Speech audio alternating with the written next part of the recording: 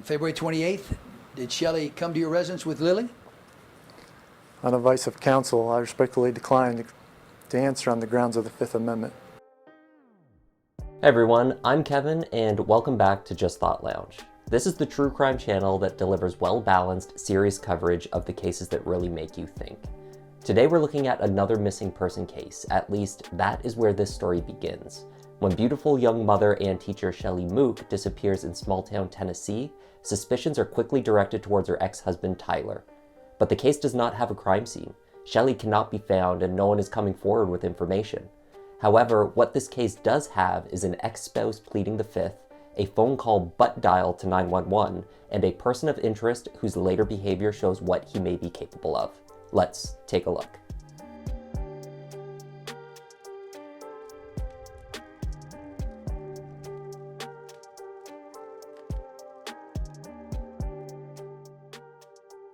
Shelbyville, Tennessee sits about 50 miles southeast of Nashville. In early 2011, the town had a population of only 20,000 residents.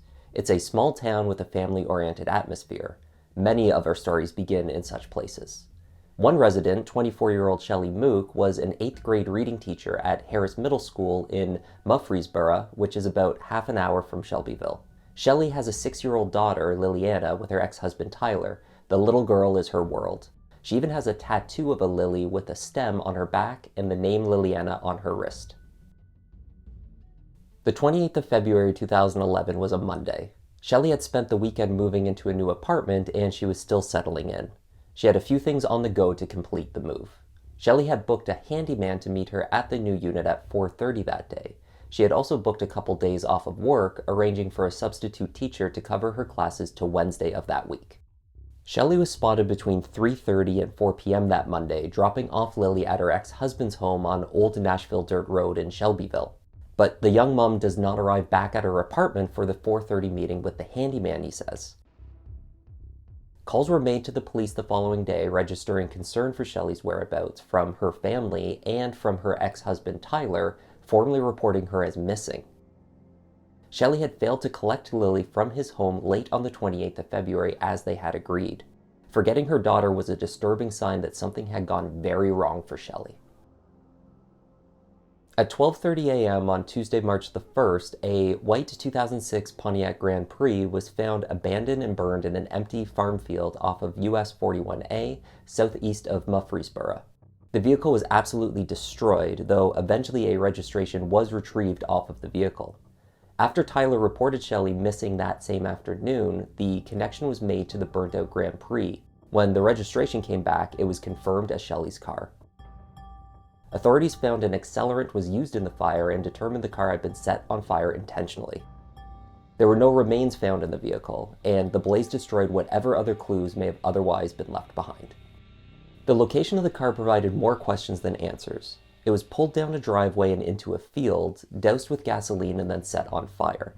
Assuming that Shelley had not done this herself, then the dumping of the car would have necessitated at least 2 individuals. One to drive her car out and another to follow and drive both individuals away from the scene. The Tennessee Bureau of Investigation released an appeal for any information and posted an award of $2,000 for any that led to an arrest or conviction related to Shelley's disappearance. An agent involved in the investigation told local journalists that they had received information that led them to search the CSX train yard in Cowan. Cowan is less than an hour's drive southeast of Shelbyville. Investigators searched not only the rail yard, but they also searched along the tracks as well. Taking part in the search with the TBI and railroad police were Franklin County Sheriff's Department deputies, Cowan Police, Bedford and Franklin County Emergency Management Agency personnel, members of the Tennessee Emergency Management Agency, the Bedford County Fire Department, Maury County EMA, and search and rescue personnel. Local news reported that the search yielded nothing of value to advance the case. When dropping off Lilli at Tyler's home, he said she was upset and came inside the house. She feared that her new boyfriend was being unfaithful to her, Tyler said. Shelley stayed at his home for about an hour, then left to run some errands, promising to return before 10 p.m., a deadline that she obviously missed. Shelley's new boyfriend was said to have had an easily verifiable alibi and was quickly ruled out as a person of interest in her disappearance. The handyman that waited on Shelley at her new apartment was also ruled out as a suspect. Tyler, however, was another story. Shelley and Tyler were high school sweethearts. The two met in Pennsylvania, where Shelley's family still lived, moving to Tennessee later on to be closer to Tyler's parents. They married in Hawaii in 2004. It was just after their senior year in high school, and Shelley was already pregnant with Lilli and excited to start a family. She pursued her teaching degree while a newlywed and a new mother. There were early signs that the marriage was not a good one. Friends of Shelley said that Tyler was abusive and at times cruel. There were recorded instances of domestic violence. The turbulent marriage lasted 6 years before they divorced in 2009. After the marriage was over, Tyler was charged after he allegedly tried to run Shelley's vehicle off the road. He was also suspected of vandalizing her home twice, although no charges were filed in those incidents. The settlement arrangement for Lilli after the split placed her primarily in her mother's care. Tyler was granted visitation on Wednesday evenings and every other weekend. The Shelbyville police arranged for a specialist in forensic interviews to speak with Lilli about the day that her mother dropped her off at her father's house. Lilli told the specialist that she stayed in her car seat while her mom went into the house with her father. Sometime later, her dad came out to the car, got her out of her seat, and took her inside to her old bedroom. She was told to stay inside and not to come out. She did not see her mother when she went inside the house. Tyler Mook was named as the only person of interest in the disappearance of his ex-wife. The day the Shelbyville police arrived to conduct a thorough search of his home, he moved out. The next month, court documents listed his address with his parents, Jim and Kim Mook. Police said he had been somewhat cooperative with the investigation, but he didn't participate in the search for Shelley.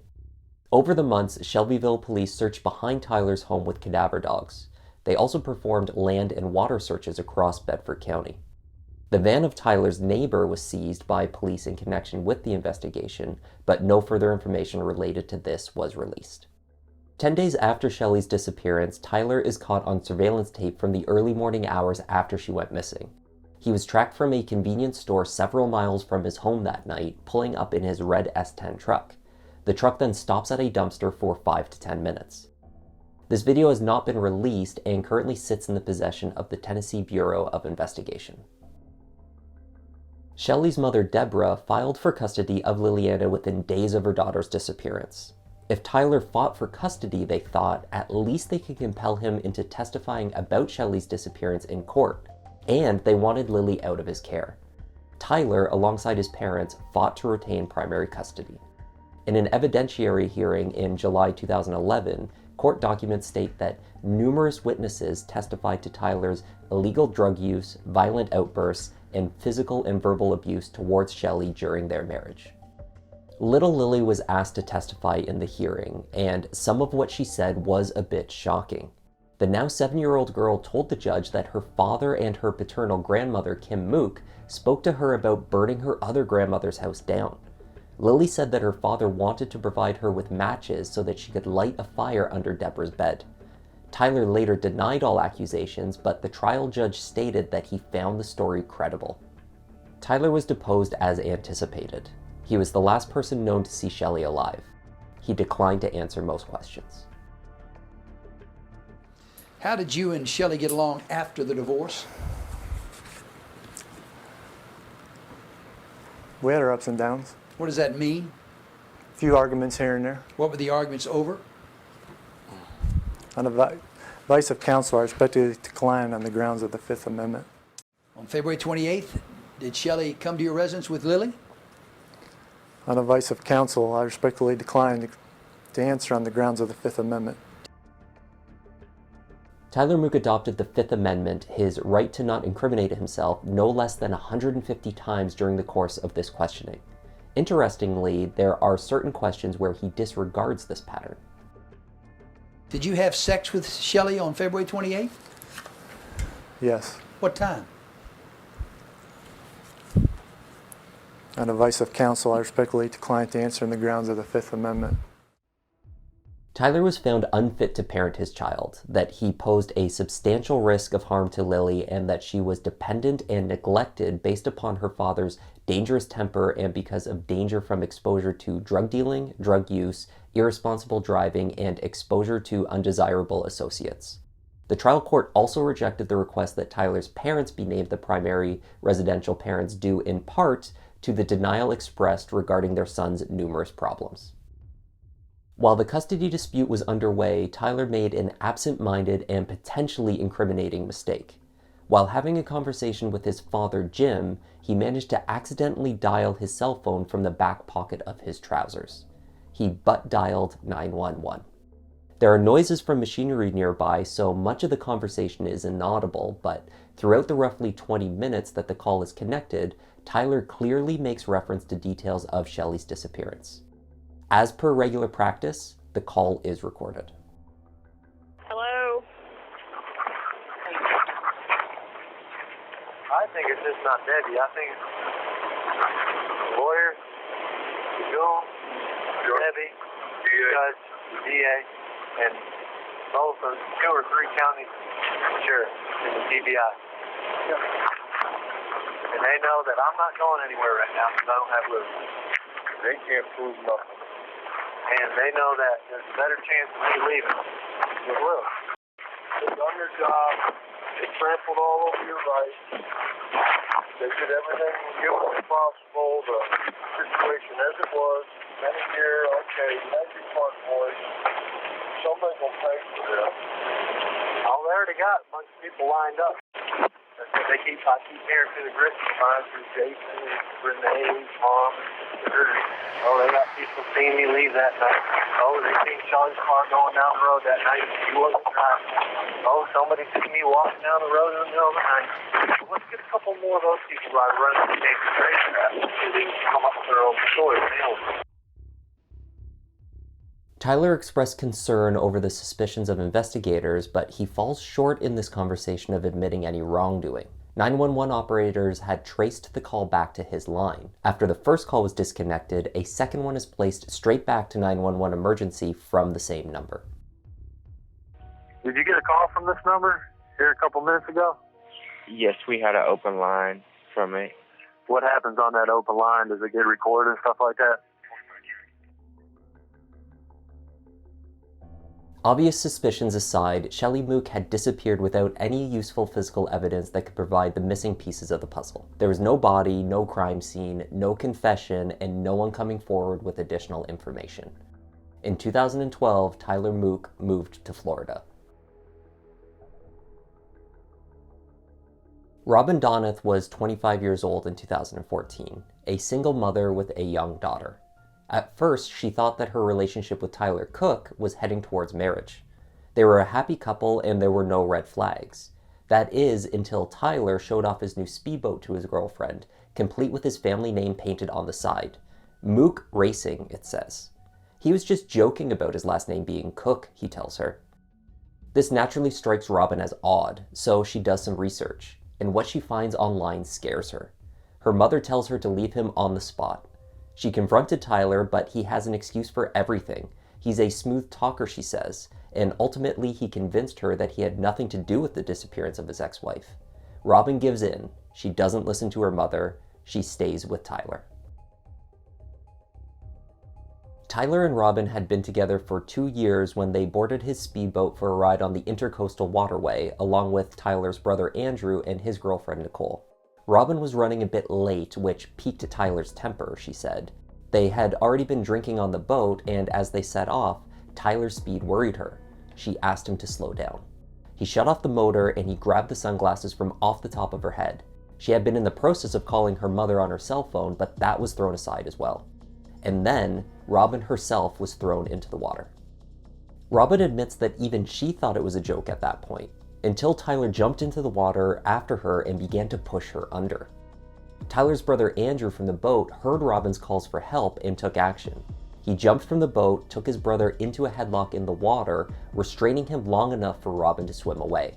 She was taken aboard another nearby boat and brought safely to shore. Charges were filed against Tyler immediately. The initial charge against Tyler was battery. Within days of the incident, his mother had posted bond and Tyler was released. Robin promptly took out a restraining order.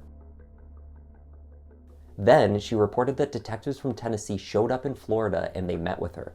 We don't know exactly what was said in that meeting, but shortly afterward, the battery charges against Tyler were escalated to attempted murder in the first degree. The case went to trial.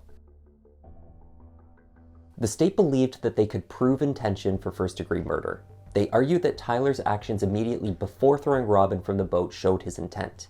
He removed her sunglasses from her head. He took her phone away, both indications that he knew he was about to throw her in the water. With each push under the water, they say, he committed another act of premeditated intent. Tyler's defense argued he had simply lost his temper, but he had not intended to kill his girlfriend. There were two eyewitnesses to the attack in the water, Andrew Mook and his then-girlfriend Nicole.